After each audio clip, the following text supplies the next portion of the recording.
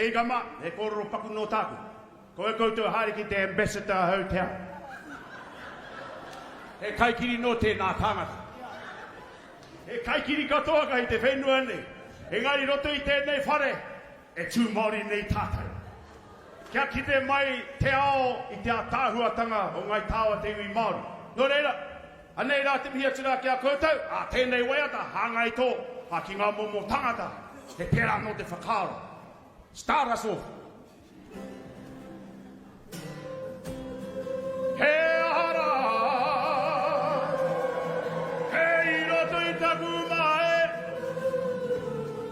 e paki kine.